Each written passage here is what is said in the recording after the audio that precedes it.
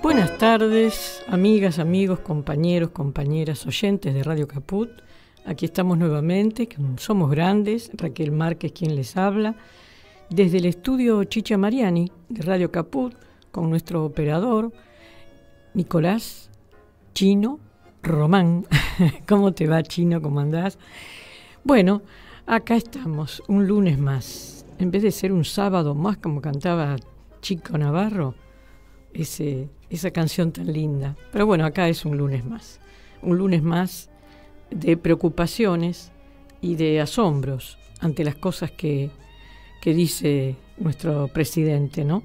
Realmente estamos ya ni siquiera sorprendidos, pero que el presidente de la nación diga que no paguen los impuestos a los contribuyentes de la provincia de Buenos Aires es grave, ¿no?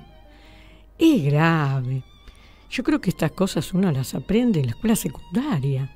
Es un delito, señor presidente. Y el diputado Esper también. ¡Qué barbaridad! Con tanta verba que tiene este señor. ¿No sabe que está cometiendo un delito? Está cometiendo un delito. Esperemos que haya algún fiscal, alguien que diga algo, que no sé, pero si cualquier ciudadano llegara a llamar a eso, sería muy delicado el tema, ¿no? Bueno, pero como sabemos acá, el tema de la justicia no es justa para todos. Hay justicias para uno y justicias para otro. Y bueno, hoy tenemos un día especial, una semana especial, y queremos dedicar este programa del día de hoy a esta semana por la memoria, la verdad y la justicia. Después vamos a hablar un poquito más sobre esto, pero se cumplen ya ahora los 48 años del golpe cívico-militar de 1976. Y bueno, esta fecha se destinó como una política de Estado para que las generaciones nuevas sepan qué es lo que pasó. Porque tener memoria es tener destino. Y realmente las cosas no hay que ocultarlas, que acá se cometió un genocidio, porque fue terrorismo de Estado. Y esto, por más que lo quieran dar vuelta y que quieran convencer a la gente de cualquier otra cosa, sepan que no fue así. Fueron detenidos, torturados, violados, desaparecidos, tirados vivos al río. Les quitaron también sus pertenencias, les quitaron sus hijos, sus identidades. Y esto fue un plan sistemático que se hizo en la República Argentina. Entonces, bueno, este 24 de marzo vamos a ir nuevamente a la Plaza de Mayo, porque los 30.000 están presentes, porque forman parte de nuestra historia. Los 30.000 nosotros los recordamos y los reverenciamos, porque realmente han sido patriotas, todos ellos, enfrentarse a lo que pretendía esa dictadura militar que lamentablemente ganó. Por eso hoy mismo tenemos a Milei como presidente y tenemos la Corte Suprema que tenemos y tenemos las desgracias del pueblo argentino que sigue siendo hambreado, que se le sigue quitando derechos, los esenciales como la educación, la salud, la comunicación ahora con Telam, que la cerró. La cerró. Y porque él vino acá a destruir y a licuar. Y se lo creyó. Bueno, por eso mismo dedicamos este programa que sale el día lunes, el día de hoy, que es 18.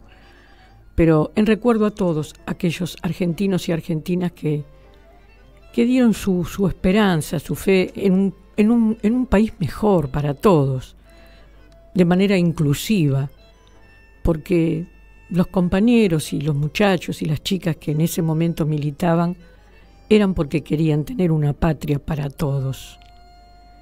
Bueno, así estamos.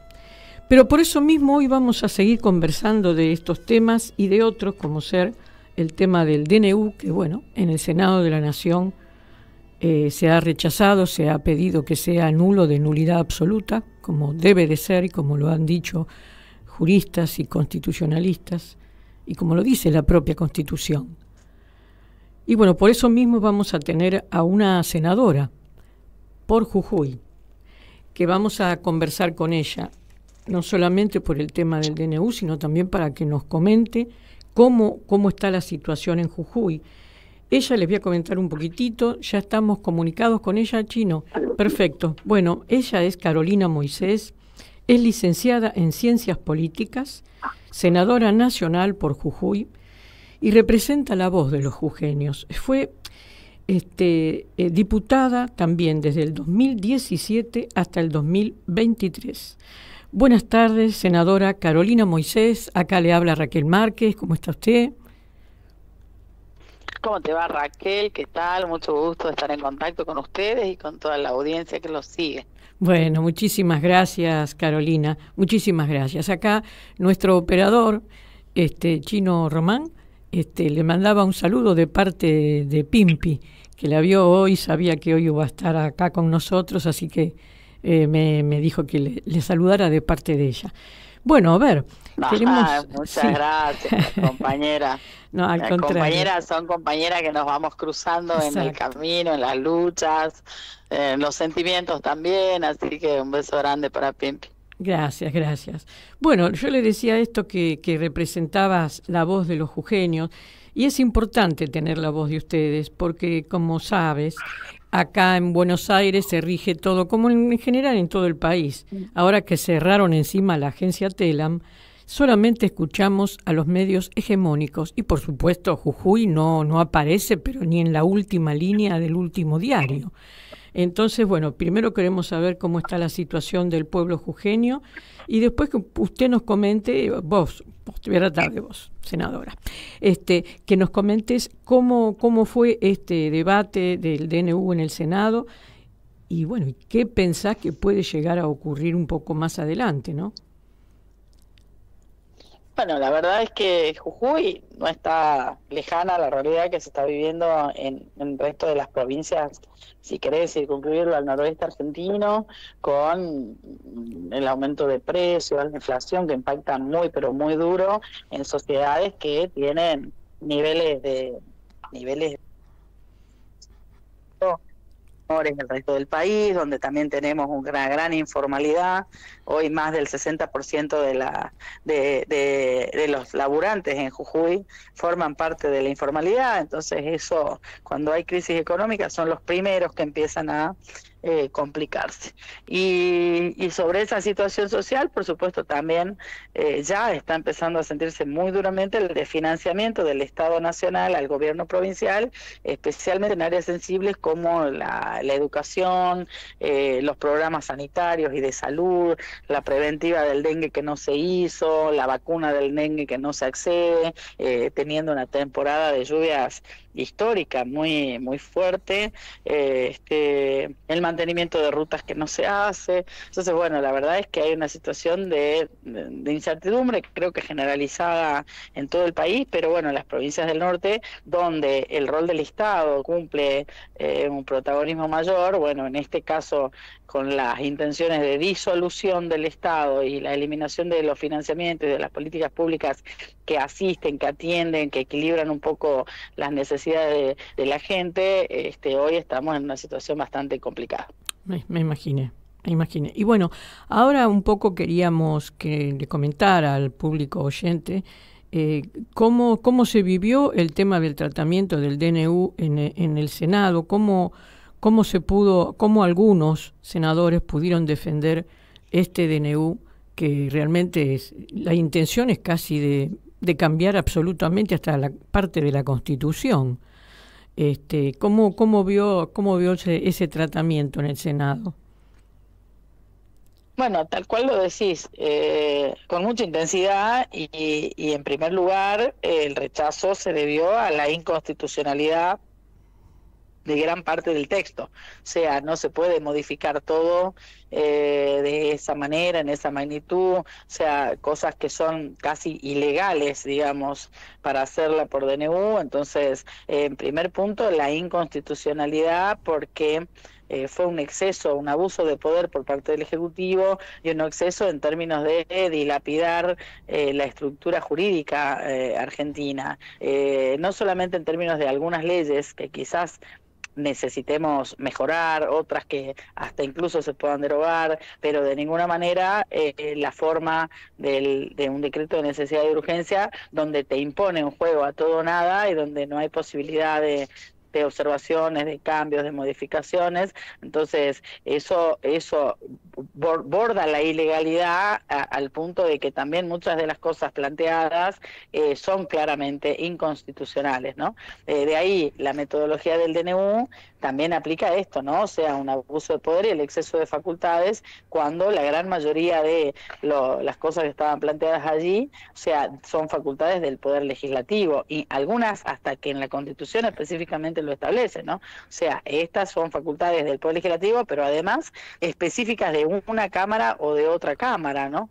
Y bueno, ya en tercer lugar creo que es ir al cualitativo de la cantidad de cosas que establece ese DNU, que nos afecta, ¿no?, ya la vida a todos los argentinos y argentinas, donde, te reitero, creo que hay cosas que el Estado abunda, hay cosas que del Estado debemos mejorar, que tienen que ser más eficientes, que necesitamos generar un ajuste, que hay que reconocer que hay muchas áreas, e incluso hasta muchas leyes que quedaron obsoletas, y muchas políticas públicas que hasta se duplican en distintos ministerios.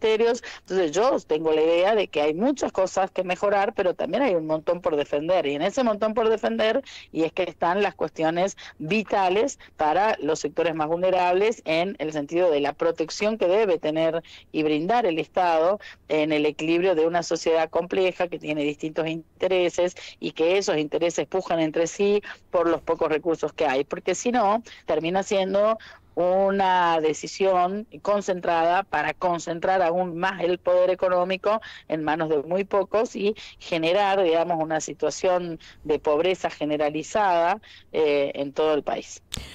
Sí, así es. Ahora, respecto al tema de soberanía, porque este DNU también está tocando no solamente el tema de la soberanía alimentaria, sino de la soberanía territorial, la soberanía económica, la soberanía política, porque, bueno, pretende, porque todavía está vigente, ¿no? Disculpe, todavía está vigente, sí. Porque si la Cámara de Diputados... Está bueno aclararlo. Claro, no, fue un paso importante que el Congreso de la Nación, que el Senado de la Nación pudiera debatirlo, pero ahora tiene que pasar a la Cámara Baja, a la Cámara de Diputados, y es decir, desde la provincia de Jujuy, ¿cuál sería el panorama respecto de los diputados que están representando a la provincia? Bueno, claramente, gran parte de nuestra soberanía se ataca con este decreto, y que está bueno aclarar. Habrán escuchado más de una vez, nos han escuchado decir a los medios cuando se informan sobre las leyes, que se logra una media sanción, sí. Porque para que una ley sea ley tiene que tratarse por una Cámara, media sanción, por la segunda Cámara, sanción completa, y ahí tenés una ley de repente. Con el tema del decreto, tendríamos media derogación, por ejemplo. Claro, sí. Nos falta todavía un paso importante. Otra Cámara. Entonces, para derogarlo, la otra Cámara tiene que hacerlo. Mirá, en el caso de la Cámara de Diputados, Jujuy tiene 6 legisladores nacionales, de los cuales 1 de la izquierda, 1 de la Libertad Avanza, 2 del peronismo y 2 del radicalismo. Yo comprendo que los 2 del radicalismo y el de la izquierda van a rechazar el DNU, según las expresiones públicas que ya brindaron, y el de la Libertad Avanza obviamente que lo va a apoyar, y los 2 legisladores nacionales, Rizotti y Sarapura, que responden a Gerardo Morales, digamos, al radicalismo, no sé la verdad, porque claro, es muy difícil saber los radicales que terminan haciendo, ¿viste? Exacto, sí, nos tienen un poco desconcertados a todos. Ojalá respondieran a la línea histórica que fue el radicalismo, ¿no? Que defendía los intereses de los ciudadanos, defendía la república y la democracia. Bueno, esperemos que esos radicales respondan de la misma manera en la Cámara de Diputados, es lo que todos esperamos. Y respecto al tema que se dio a conocer en estos últimos tiempos, porque en realidad son todas noticias nuevas, todos los días tenemos noticias pero graves, no es que se nos informa de cositas, ¿Qué piensan respecto del tema de que el gobierno, sin que haya pasado por el Congreso de la Nación, está destinando un acuerdo con las Fuerzas Armadas de Estados Unidos para que pueda intervenir en la hidrovía y de alguna manera nos están arrebatando la soberanía del río Paraná? Bueno, que ahora, bueno, en estos últimos días con el tema del narcotráfico en Rosario, esto estuvo más en la palestra, pero sobre este tema, ¿cuál es la mirada que tienen desde Jujuy, no?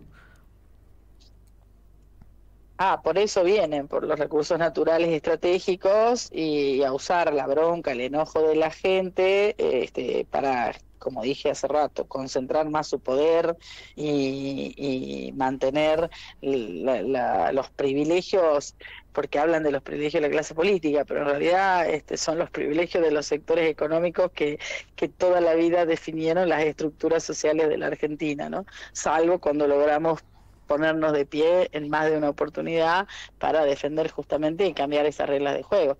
La hidrovía, nosotros desde el bloque de senadores de Unión por la Patria estamos firmando el día de hoy justamente nuestra posición a través de un proyecto que se está presentando en el Senado respecto a eso, y bueno, por supuesto que apoyo la posición de Axel Kicillof, que por suerte pudo de alguna manera frenar esto, porque a mí me parece que la injerencia de sectores externos en nuestros recursos naturales y sobre todo en vías estratégicas de navegación y de explotación productiva, donde salen nuestros productos, de exportación incluso, tienen que estar en manos exclusivamente del Estado Nacional, e incluso deberíamos pensar maneras, porque a ver, ahora salta esto diciendo que Estados Unidos, que algunas empresas internacionales. La verdad es que la hidrovía lleva muchos años con presencia extranjera, sí, en firmas privadas, de tránsito y de transporte, ¿no? Incluso en la administración de algunos sectores portuarios. Entonces creo que ese es uno de los temas que hay que revisarlo en profundidad. Sí, estábamos muy preocupados por el decreto 949/20 que se había firmado ya en gobierno de Alberto Fernández, pero lamentablemente eso no se pudo revertir durante el mandato anterior y ahora esto se está agudizando. Bueno, sabemos perfectamente que hay bastante difusión sobre el tema, hay muchas organizaciones que están trabajando sobre este tema de la soberanía del río Paraná y de la defensa de los puertos, porque la mayoría están en manos de las empresas extranjeras, que son justamente las que nos sacan la producción de nuestro territorio y se la llevan directamente. Pero le quería preguntar sobre el tema que, bueno, Jujuy tiene una parte del litio, que es una de los grandes recursos que tiene Jujuy. Esto en el Congreso, es decir, en Cámara de Diputados de ustedes, en la provincia, se debate, hay presentaciones, ¿cómo está el tema? Porque sabemos perfectamente que durante el gobierno de Morales, bueno, todo esto ha sido una explotación y que no ha quedado nada a las provincias y que ha estado en manos de empresas, pero de eso sí que tampoco tenemos mucha información. ¿Cómo viene el tema? Mira, hay emprendimientos que han sido inversiones que empezaron hace muchos años atrás, las exploraciones, las inversiones, incluso todavía antes de que Gerardo Morales sea el gobernador. Por lo tanto, nosotros en general, los jujeños y jujeñas, entendemos que el litio es una gran oportunidad de trabajo, de crecimiento, de desarrollo estratégico, de generación de recursos, pero queremos que eso suceda en equilibrio con la Pachamama, con nuestros recursos naturales, en el cuidado permanente de nuestros recursos naturales, con digamos, las prevenciones, las metodologías, la tecnología necesaria para que los impactos ambientales sean lo menor posible, por un lado, como condición primaria, digamos, para poder avanzar, digamos, en la explotación del litio. En segundo lugar, que realmente sea una generación de desarrollo económico local, porque los yacimientos están en los salares, en la puna, entonces hay pueblos que están bastante aislados, alejanos, entonces lo que entendemos es que tiene que haber como mínima de entrada un programa de responsabilidad social empresaria que tenga que ver con el desarrollo local, desde el punto de vista de desarrollar proveedores locales en estas alturas, en estas localidades, en consenso con las comunidades de los pueblos originarios que viven en todas estas zonas. ¿Para qué? Para que claramente salgan de la pobreza, puedan mantener su sistema de vida, puedan mantener sus valores, su identidad, su cultura, su forma de trabajar y de vincularse con el mundo, que es esa cosmovisión que los arraiga a estas alturas de la puna, y sin tener que renunciar a eso, generar, digamos, trabajo. Generar trabajo, generar inversiones en estos pueblos, que estos pueblos tengan la infraestructura necesaria para atender sus necesidades, que puedan tener acceso a mejores servicios de salud, dado que tienen ahí empresas multinacionales que perfectamente pueden invertir y que sin perder ni su identidad ni su paisaje, tener los servicios y generar arraigo también, porque es una gran problemática. O sea, que los chicos no se vayan de ahí, o en todo caso, si se van a estudiar algo y pueden ser profesionales, que vuelvan a trabajar en estos desarrollos. Y ahí está el tercer punto, que es como nuestra visión, es que sea una inversión estratégica para Jujuy. Claro. O sea, no puede ser que se lleven, que dejen en Jujuy solamente el porcentaje de la ley minera, el porcentaje de ingresos brutos, el porcentaje que establece la provincia para la empresa GEMSE y listo. O sea, que dejen plata, pero que no veamos que eso se transforma en inversiones reales en determinado polo tecnológico, en la formación de nuestros recursos humanos. ¿Para qué? Para que la gente que trabaja en la mina no sean los primarios y de sueldos más bajos. ¿Por qué? Porque resulta que los profesionales, los ingenieros, los técnicos, los maquinistas y demás los traen de otras provincias o de otros países porque los jujeños no están preparados. Entonces, de repente, generar líneas de formación profesional, de formación en carreras terciarias y universitarias que tengan que ver con el desarrollo tecnológico del litio, no solamente en términos de la extracción de la materia prima, sino fundamentalmente en la generación de valor agregado a ese litio, que no puede salir de acá como sal y nada más, y no dejar un valor agregado en la provincia. Claro, y eso es fundamental porque de esa manera se genera trabajo y se genera, como acabas de decir, que las poblaciones queden en el territorio y que puedan seguir avanzando. Ahora, en general, te estoy haciendo esta última pregunta porque sé que no tenías mucho tiempo, pero bueno, te quería consultar cómo se encuentra el pueblo jujeño con esta nueva gobernación, este nuevo gobierno, con el nuevo gobernador. Si el pueblo jujeño está siendo informado así en líneas generales sobre las consecuencias de lo que está pasando a nivel nacional, ¿cómo apreciás vos la sociedad en general, ¿no? la que tiene más acceso, digamos, a información? ¿Cómo está tomando la situación del país hoy?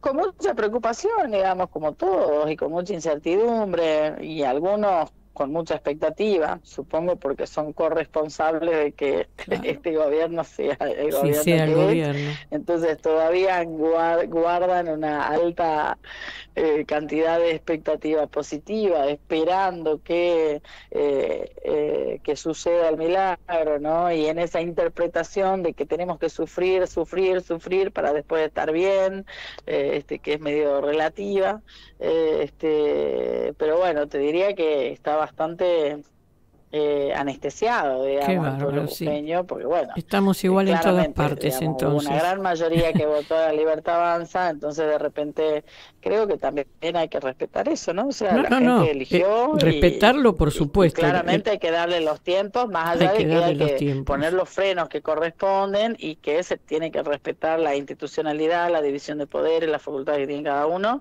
y exigirle al gobierno nacional lo que nos corresponde a las provincias del interior en términos de los los recursos, porque la plata no es de Milei, o sea, la plata es de los argentinos y de las argentinas, que aportamos con nuestros impuestos al gobierno central, y el gobierno central tiene la responsabilidad de redistribuirlos, no solamente en función de la coparticipación, que es lo que hoy está haciendo, sino en función de un montón de políticas públicas nacionales acordadas en los consejos federales, nacionales de cada uno de los ministerios que corresponden a las provincias, llámese el Fondo de Incentivo Docente, llámense los subsidios al transporte, llámese el mantenimiento de la infraestructura escolar, llámese los equipamientos para los hospitales, llámese el programa Remediar, o sea, esos son recursos que no son de Milei, o sea, son de los jujeños y las jujeñas, de los formoseños, de los salteños, de los rionegrinos, de todos. Entonces creo que en eso tiene que haber una postura mucho más fuerte por parte de los gobernadores, digamos, que obviamente veo que vienen defendiendo esto, pero que necesita sostenerse en el tiempo. Te agradezco mucho. No, por favor, al contrario, muchísimas gracias, Carolina Moisés. Tener la palabra de una senadora de Jujuy es para nosotros. Acá me está diciendo el director de la radio que te manda un saludo muy grande, Juan Martín Ramos Padilla. Te está mandando en este Juan momento. Martín, te quiero. Un beso grande, Juan. Un beso muy grande te manda también. Jujuy. Sí. Bueno, te dejamos entonces y te agradecemos muchísimo, Carolina. Hasta un próximo encuentro. Gracias a ustedes. Muchas gracias. Está bien, hasta luego. Hasta luego. Bueno, hemos tenido la participación de esta senadora de Jujuy, que es muy importante escuchar las voces de estos políticos que están trabajando con otros pueblos de nuestra querida Argentina. Así que, bueno, le agradecemos mucho que haya podido darnos estos minutos a Somos Grandes y a Radio Caput. Y ahora, bueno, vamos a hacer una pequeña tanda. Y antes de ir a la tanda, yo en realidad les voy a decir por qué elegí a León Gieco en el día de hoy, para a través de él hacer un homenaje, sí, porque tenemos que dar un gran reconocimiento por todo lo que está pasando a nuestros artistas, a nuestros músicos, a nuestros compositores, a nuestros poetas, a nuestros pensadores, a nuestros artistas del teatro, de la plástica, por todas las cosas que está haciendo, mejor dicho, el presidente Milei en contra de nuestra cultura, de nuestra propia identidad, que nos quieren borrar, pero no lo van a lograr. Acá vamos a escuchar ahora un tema que es un tema, todos los temas de León Gieco son realmente increíblemente sensibles, emotivos, pero acá vamos a escuchar el primer tema de él es El Desembarco, se llama, y después nos vamos a despedir al terminar el programa con La Memoria, pero ahora lo escuchamos, El Desembarco.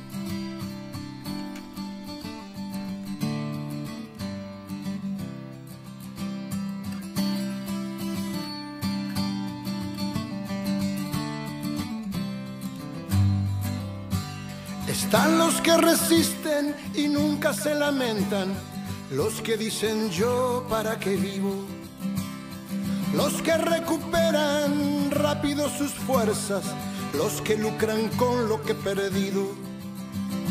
Hay quien sucumbe y se levanta, hay quien queda allí siempre tendido, hay quien te ayuda a despegar y los que nunca te reconocen cuando estás vencido.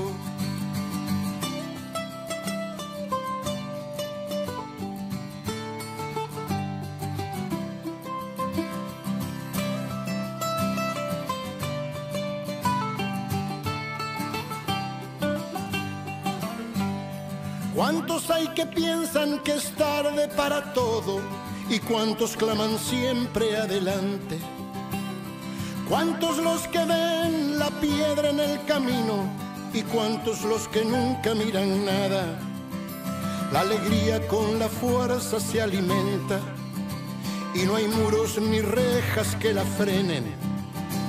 Hay quienes desembarcan ardiendo con un grito, sin barcos y sin armas por la vida. Hay alguien que bendiga esta hermosa comunión de los que pensamos parecido.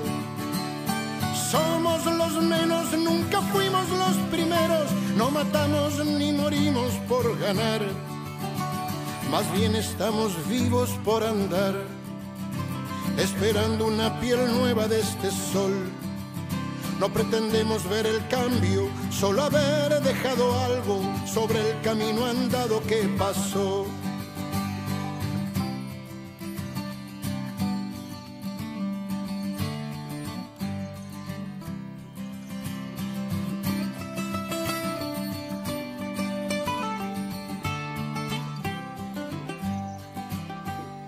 Ya es normal ver chicos sin zapatos buscando comida en la basura. Y es una postal la puerta de la iglesia de esa madre con su criatura. Mientras esto pase no habrá gloria, es arena que se escapa entre los dedos, es dolor, es mentiras, es hipocresía, es un tiempo frágil de estos días.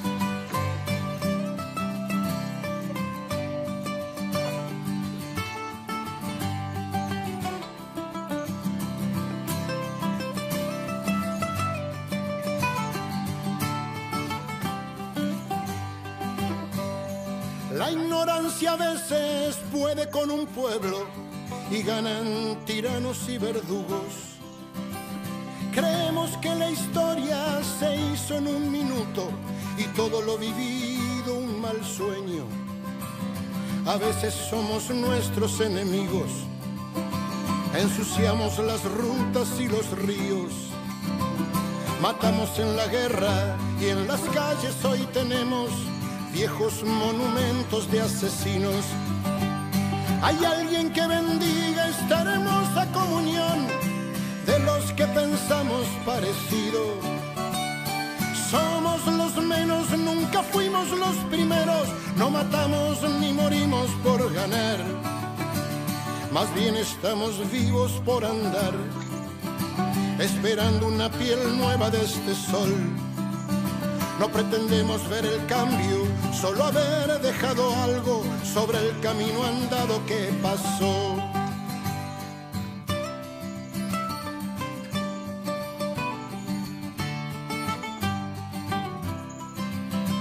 Hay quienes desembarcan ardiendo con un grito, sin barcos y sin armas por la vida.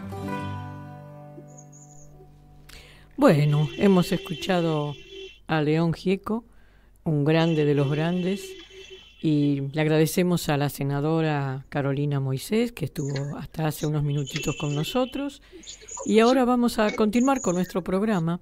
Acá tenemos un invitado también muy especial, muy importante, por todo el compromiso que ha desarrollado en su trayectoria como militante sobre todo, ¿no?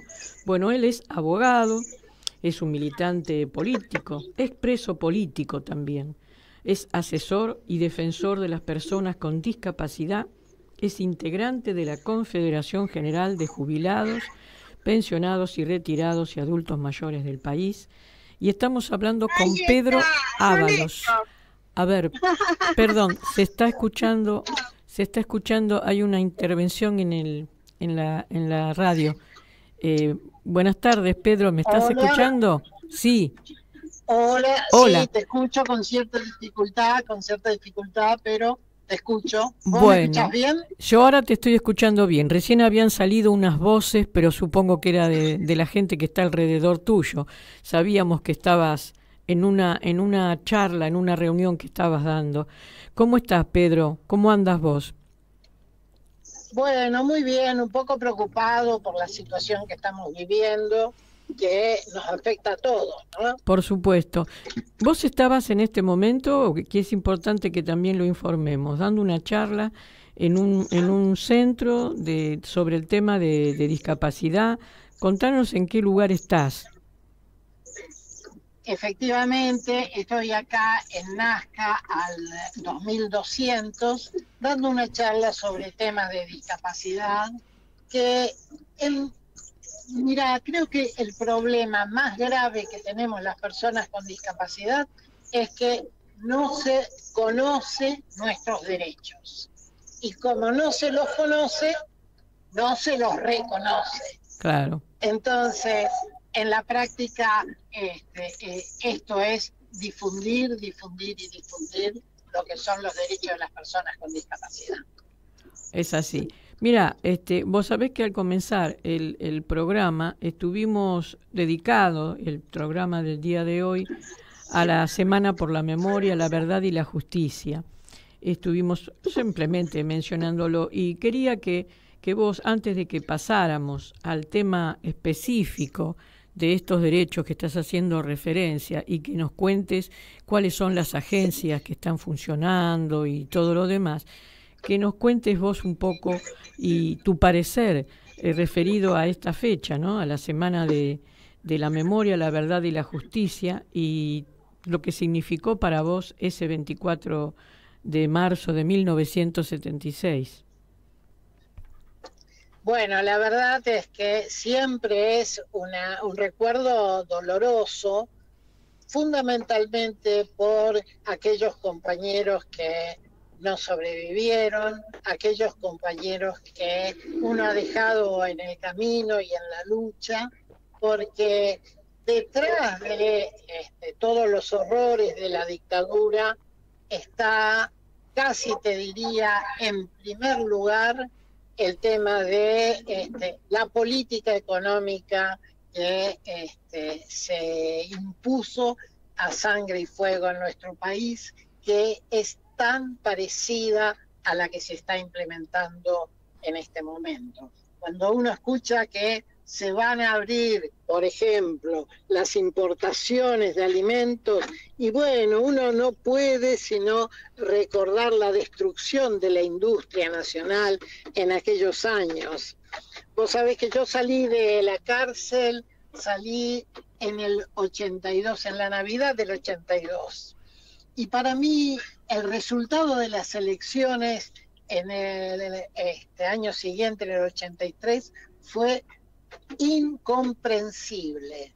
Y claro, después uno medita qué es lo que pasó, y en el periodo en que a mí me detuvieron en el 76 y el momento en que recuperé la libertad en el 82, lo que se eliminó de una manera muy drástica fue a la clase trabajadora, porque cuando se eliminó la industria, cuando se eliminó las pequeñas, las pymes, etcétera, etcétera, lo que se afectó es el corazón de ese hecho maldito de la burguesía argentina que era el peronismo. Yo recuerdo haber salido temprano de Ballester, pasado por San Martín, acá en Buenos Aires, yendo al centro de rehabilitación donde me trataba de la poliomielitis, y en ese trayecto uno escuchaba el troca de los telares, de las empresas metalúrgicas. Qué lindo recuerdo. Y bueno, cuando uno va a San Martín en este momento, se da cuenta que ha cambiado muchísimo.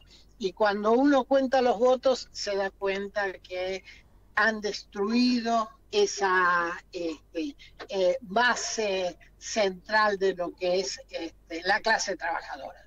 Así que al horror, a la desaparición, a las muertes, a la cárcel, a la persecución, hay que sumarle extirpar de la clase trabajadora.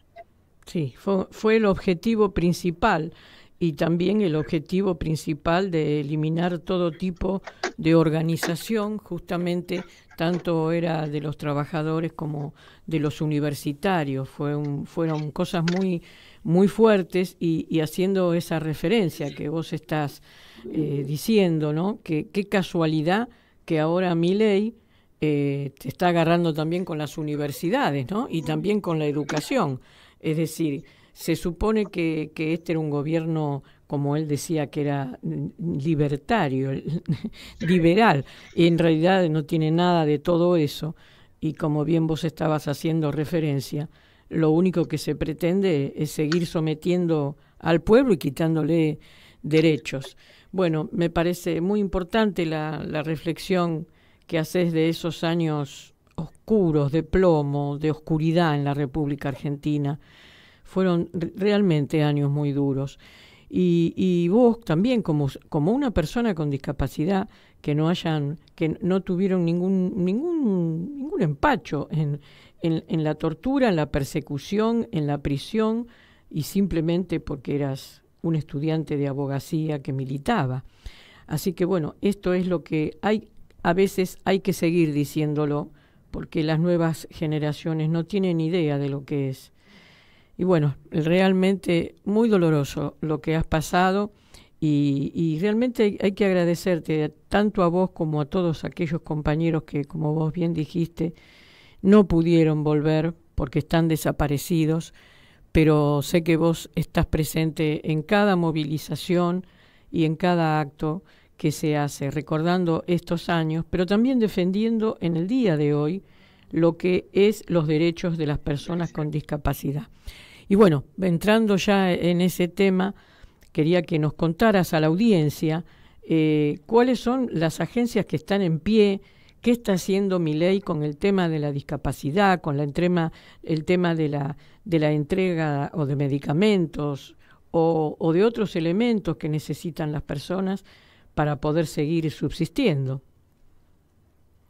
Sí, realmente lo que sentimos es que hay un ataque integral y que no ha reparado, como también ha ocurrido en aquella época, no ha reparado en ninguna de las consecuencias como para seguir esta política de exterminio, te diría.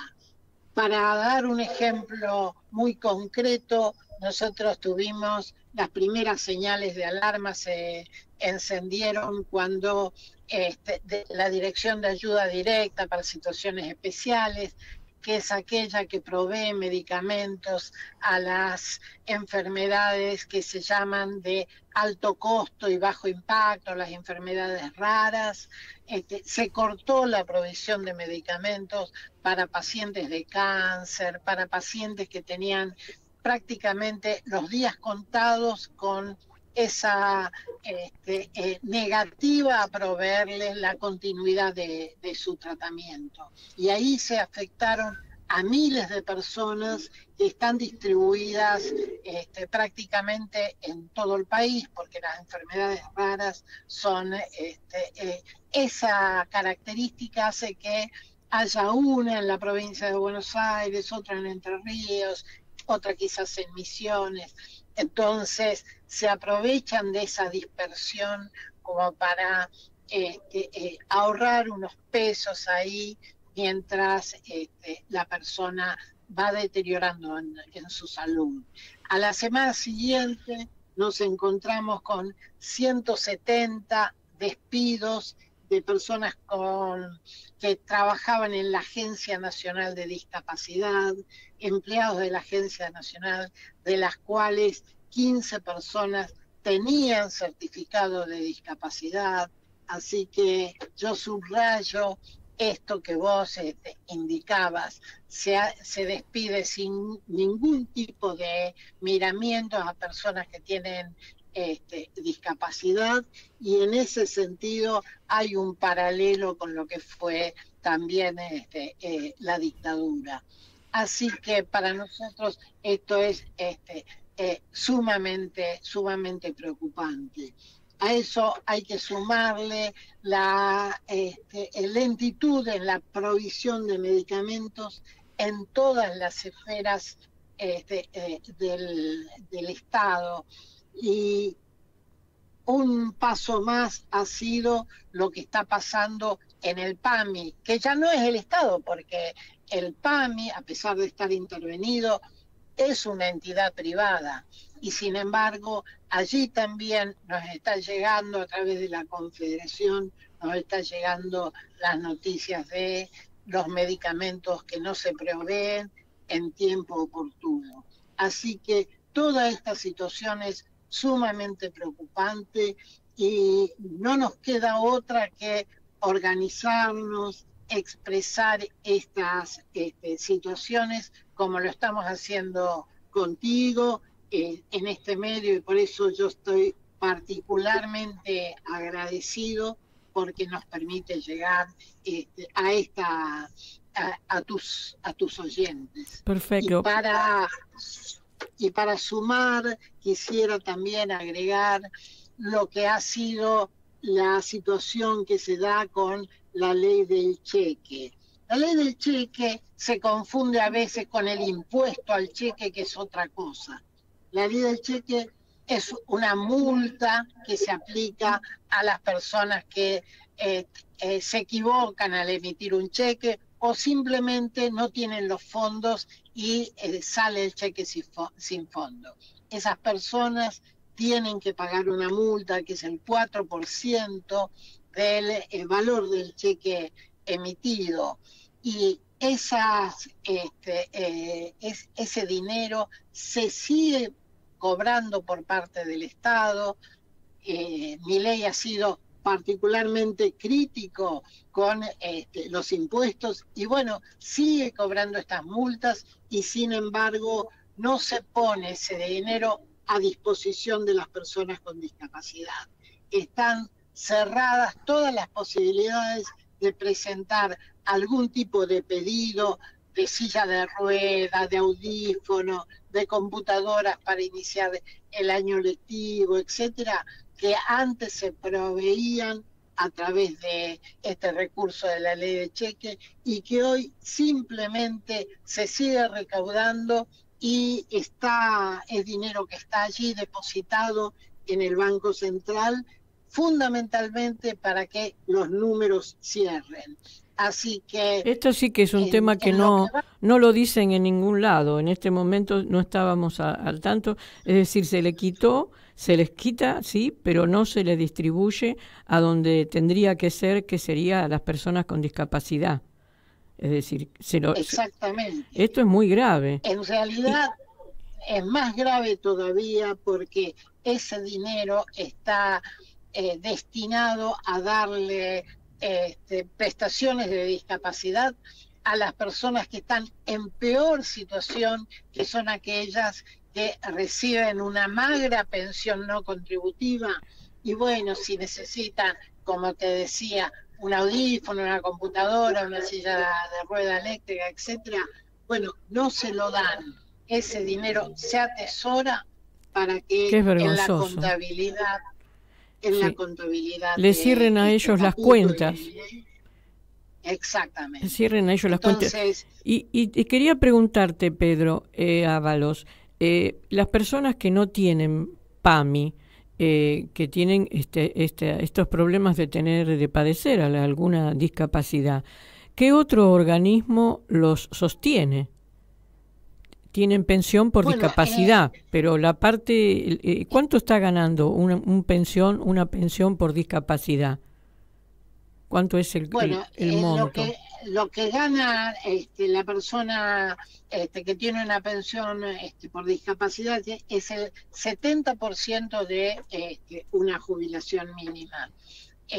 Así que es prácticamente no se le permite sobrevivir con esos ingresos.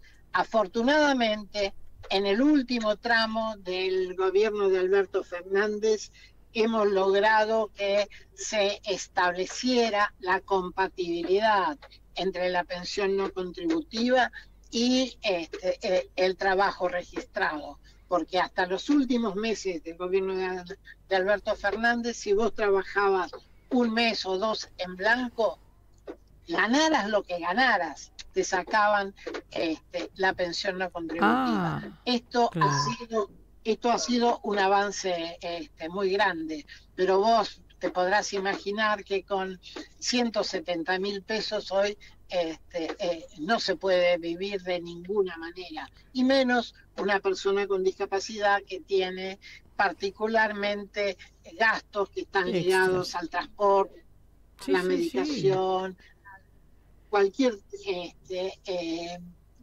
situación que enfrente una persona sin discapacidad. Bueno, hay que sumarlo.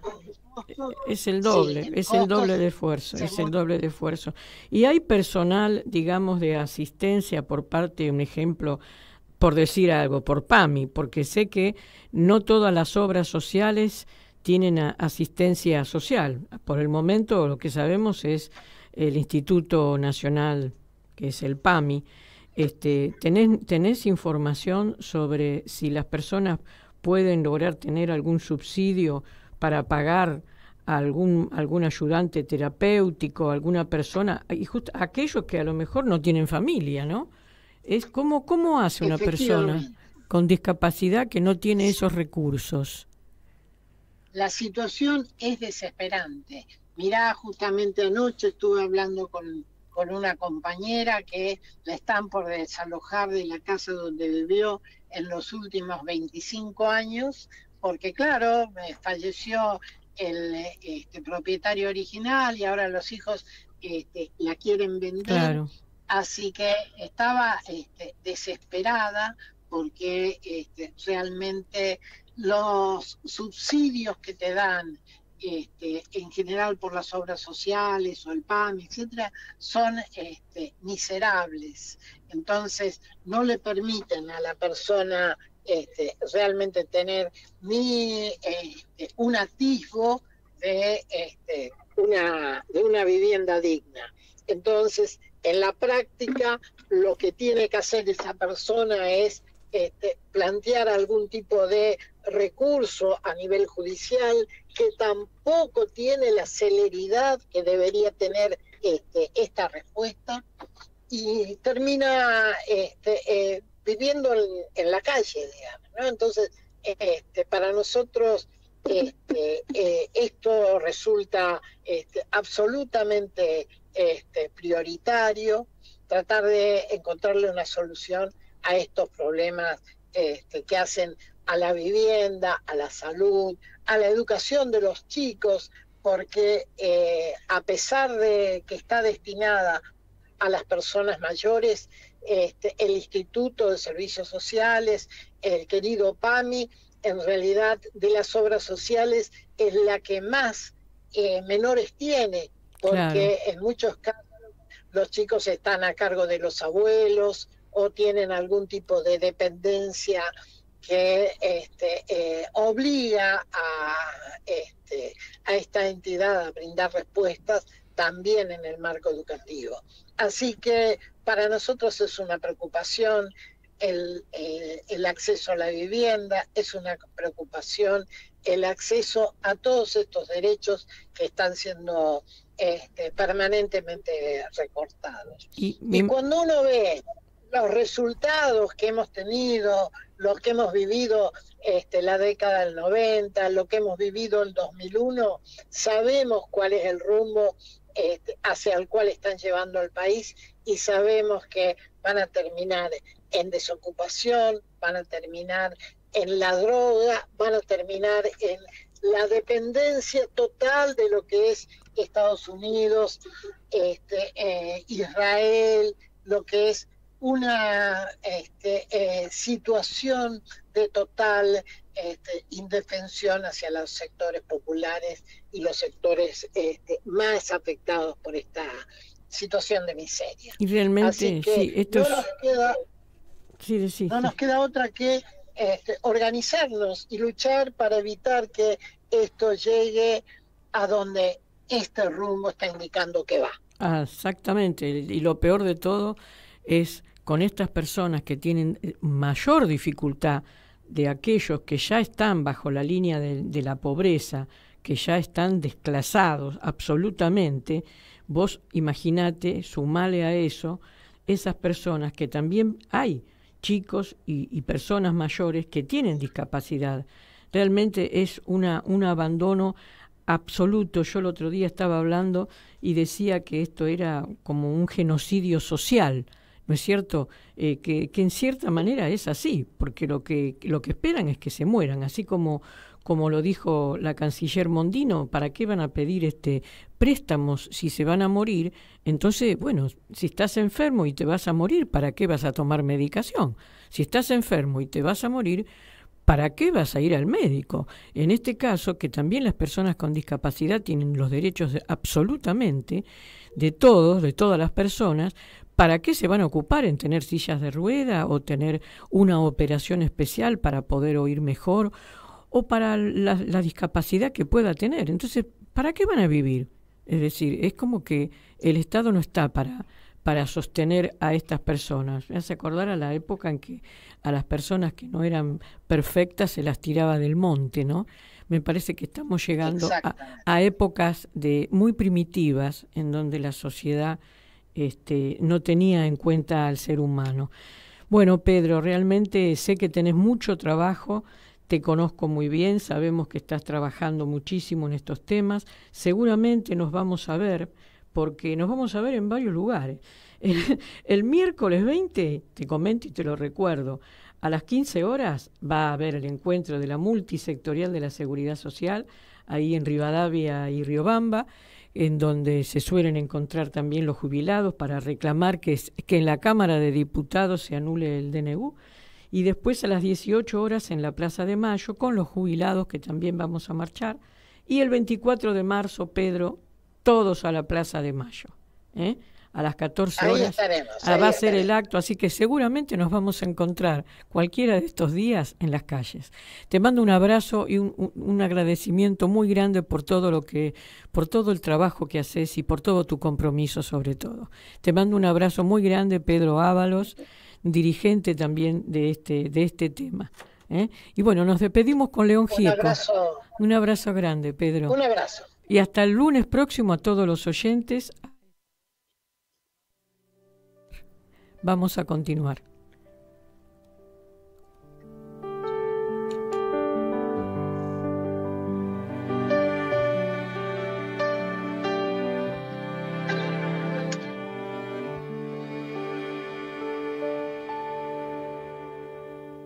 Los viejos amores que no están, la ilusión de los que perdieron, todas las promesas que se van